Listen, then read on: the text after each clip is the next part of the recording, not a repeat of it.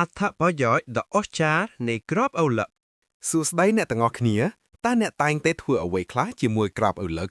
ខ្ជិះវាចោលមែនទេឬក៏បោះវាចោលបន្ទាប់ពីទស្សនាវីដេអូនេះអ្នកប្រហែលជាចង់គិតឡើងវិញហើយតាមពិតទៅក្របតូចៗដែលអ្នកធ្លាប់តែបោះចោលនោះគឺជាប្រភពនៃសារធាតុចិញ្ចឹមដ៏អស្ចារ្យបំផុតជាដំបូងតើអ្នកដឹងទេថាក្របឪឡឹកគឺជាប្រភពនៃប្រូតេអ៊ីនដ៏អស្ចារ្យនៅពេលយកវាទៅហាលឲ្យស្ងួតហើយលីងឲ្យឆាន់វានឹងផ្ដល់នូវជីវជាតិយ៉ាងច្រើនប្រូតេអ៊ីននេះមានសារៈសំខាន់ណាស់សម្រាប់ជួសជុលសាច់ដុំបន្ទាប់ពីហាត់ប្រាណរួចជួយឲ្យសាច់ដុំលូតលាស់និងគាំទ្រដល់មុខងារកោសិកាទាំងមូលពួកវាក៏មានផ្ទុកនូវអាស៊ីតអាមីណូសំខាន់ៗដូចជាអាស៊ីនីនដែលអាចជួយសម្រួលដល់សម្ពាធឈាមរបស់អ្នកផងដែរបន្ទាប់មកគឺនិយាយអំពីម៉ាញ៉េស្យូមក្របឪឡឹកគឺជាប្រភពធម្មជាតិដ៏ល្អបំផុតមួយនៃជាតិរ៉ែដ៏សំខាន់នេះរាងកាយរបស់អ្នកត្រូវការម៉ាញ៉េស្យូមសម្រាប់ប្រតិកម្មអង់ស៊ីមជាង300ប្រភេទផ្សេងៗគ្នាវាមានសារៈសំខាន់ណាស់សម្រាប់សុខភាពបេះដូងដោយជួយរក្សាចង្វាក់បេះដូងឲ្យដើរទៀងទាត់និងសម្ពាធឈាមឲ្យមានស្ថិរភាពវាក៏ដើរតួនាទីយ៉ាងសំខាន់ក្នុងមុខងារសរសៃប្រសាទនិងសាច់ដុំហើយធ្វើការរួមជាមួយជាតិកាល់ស្យូមដើម្បីរក្សាឆ្អឹងរបស់អ្នកឲ្យរឹងមាំនិងមានសុខភាពល្អប៉ុន្តែចាំសិននៅមានអត្ថប្រយោជន៍ច្រើនជាងនេះទៀតក្របទាំងនេះក៏សម្បូរទៅដោយខ្លាញ់ដែលមានសុខភាពល្អផងដែរយើងកំពុងនិយាយអំពីខ្លាញ់ល្អៗដូចជាអាស៊ីតខ្លាញ់អូមេហ្គា6ខ្លាញ់មិនឆ្អែតទាំងនេះគ្រីល្អអស្ចារ្យសម្រាប់សុខភាពសរសៃឈាមបេះដូងព្រោះវាអាចជួយបញ្ចុះកម្រិតកូលេស្តេរ៉ុលអាក្រក់ LDL របស់អ្នកលើពីនេះរាងកាយរបស់អ្នកត្រូវការខ្លាញ់ទាំងនេះដើម្បីស្រូបយកវីតាមីនសំខាន់ៗដូចជាវីតាមីន A, D, E និង K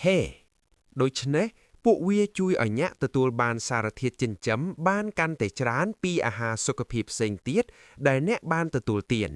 ប្រសិនបើចំណុចទាំងនោះមិនទាន់គ្រប់គ្រាន់ទេក្របឪឡឹកក៏ជាប្រភពដ៏ល្អនៃវីតាមីន B ជាពិសេសនីអាស៊ីននិងហ្វូឡាតវីតាមីនទាំងនេះមានសារៈសំខាន់ណាស់សម្រាប់ប្រព័ន្ធសរសៃប្រសាទដែលមានសុខភាពល្អនិងដើរតួនាទីយ៉ាងធំក្នុងការបំផ្លាញអាហារដែលអ្នកទទួលទានឲ្យទៅជាថាមពលសម្រាប់ប្រើប្រាស់ដូច្នេះប្រសិនបើអ្នកមានអារម្មណ៍ថាអស់កម្លាំងបន្តិចបន្តួចក្របទាំងនេះអាចនឹងជួយបង្កើនថាមពលធម្មជាតិដែលអ្នកត្រូវការជាចុងក្រោយសម្រាប់លោកអ្នកជាបុរសក្របឪឡឹកអាចផ្ដល់ការគាំទ្របន្ថែមបន្តិចបន្តួចសម្រាប់សុខភាពបន្តពូជពួកវាសម្បូរទៅដោយជាតិស័ង្កសី Zinc ដែលជាជាតិរ៉ែផ្សារភ្ជាប់ដោយផ្ទាល់ទៅនឹងការធ្វើឲ្យប្រសើរឡើងនូវគុណភាពនិងការផលិតមេជីវិតឈ្មោលជាតិស័ង្កសីក៏ជាភ្នាក់ងារពង្រឹងប្រព័ន្ធភាពស៊ាំដ៏អស្ចារ្យសម្រាប់មនុស្សគ្រប់គ្នាដែលជួយឲ្យរាងកាយរបស់អ្នកប្រយុទ្ធប្រឆាំងនឹងជំងឺផ្សេងៗឥឡូវនេះមុននឹងអ្នកចាប់ផ្ដើមទំពាក្របទាំងនោះចេញពីផ្លាយដោយផ្ទាល់វាមានល្បិចបន្តិចបន្តួចសម្បកខ្មៅរឹងគឺពិបាកសម្រាប់រាងកាយរបស់អ្នកក្នុងការរំលាយណាស់ដើម្បីទទួលបានសារធាតុចិញ្ចឹមដ៏អស្ចារ្យទាំងអស់នេះអ្នកត្រូវបកសម្បកវាចេញរួចយកវាទៅលីងឬកិនឲ្យម៉ត់ក្របឪឡឹកដែលលីងរួចគឺជាអាហារសម្រន់ដ៏ឈ្ងុយឆ្ងាញ់និងស្រួយឬអ្នកអាចរោយក្របដែលកាន់ម៉ត់ចូលទៅក្នុងទឹកក្រឡុកយ៉ាអ៊ូឬសាឡាត់ក៏បានដូច្នេះលើក្រោយនៅពេលអ្នកកំពុងញ៉ាំឪឡឹកដ៏ផ្អែមត្រជាក់សូមកុំបោះក្របទាំងនោះចោលអីយកវាទៅលីងហើយរីករាយជាមួយអាហារដែលផ្ដល់សុខភាពនិងរសជាតិឆ្ងាញ់ពិសា